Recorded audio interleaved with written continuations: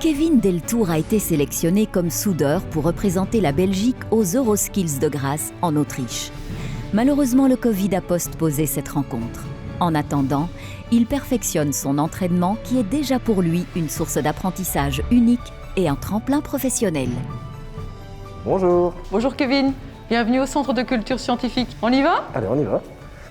Eh bien, du coup, vous faites quoi ici exactement? Alors on est un centre de vulgarisation des sciences. Donc on accueille des écoles primaires et des écoles secondaires et on fait toutes des activités scientifiques avec les jeunes. Ah, ok, intéressant. Le Centre de culture scientifique est un espace dédié aux jeunes pour qu'ils découvrent les sciences. Le lieu propose des expositions et des ateliers pour mettre les mains à la science. Car ici, le maître mot est l'expérimentation. Que ce soit avec l'école ou en famille, venez tester, observer et découvrir pour aimer la science. Et donc, quelle expérience on va faire aujourd'hui? Alors aujourd'hui, on va parler de la force d'Archimède. Donc, c'est la force qui permet à un corps soit de flotter, soit de couler, c'est ça? Exactement, c'est ça. Et oui, parfois cela flotte et parfois ça coule. Bien sûr, il y a plusieurs manières d'immerger un corps dans l'eau. Et certaines manquent vraiment de style. Il faut bien sûr tenir compte de la quantité d'eau et savoir qu'on ne peut pas marcher sur l'eau. Vraiment pas. Je t'invite à faire deux expériences. La première, j'ai ici des petits morceaux de feuilles d'aluminium. J'en ai plié une, voilà, ici, bien correctement. Et l'autre, je l'ai mise sous forme de petites barquettes.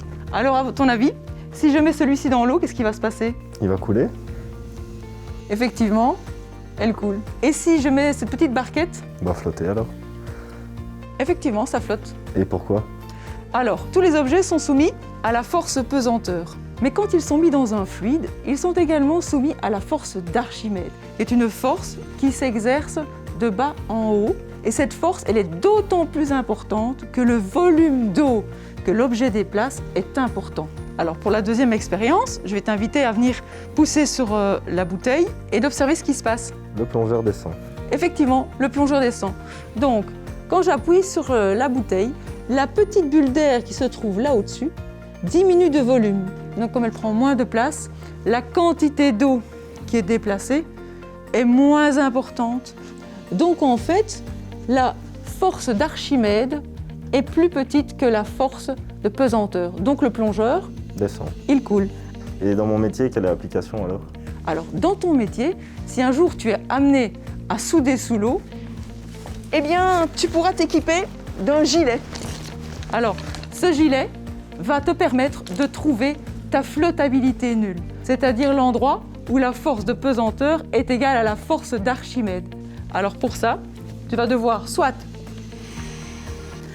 ajouter de l'air dans le gilet, ce qui va augmenter le volume d'eau que tu déplaces, soit tu purges et donc tu vides ton gilet, et là tu diminues le volume d'eau que tu déplaces, et donc tu coules. Comprendre la poussée d'Archimède va être utile dans une multitude de métiers, de la cuisine à la construction, en passant par la soudure et l'ingénierie. Un principe de base qui s'appliquera donc dans beaucoup de futurs professionnels.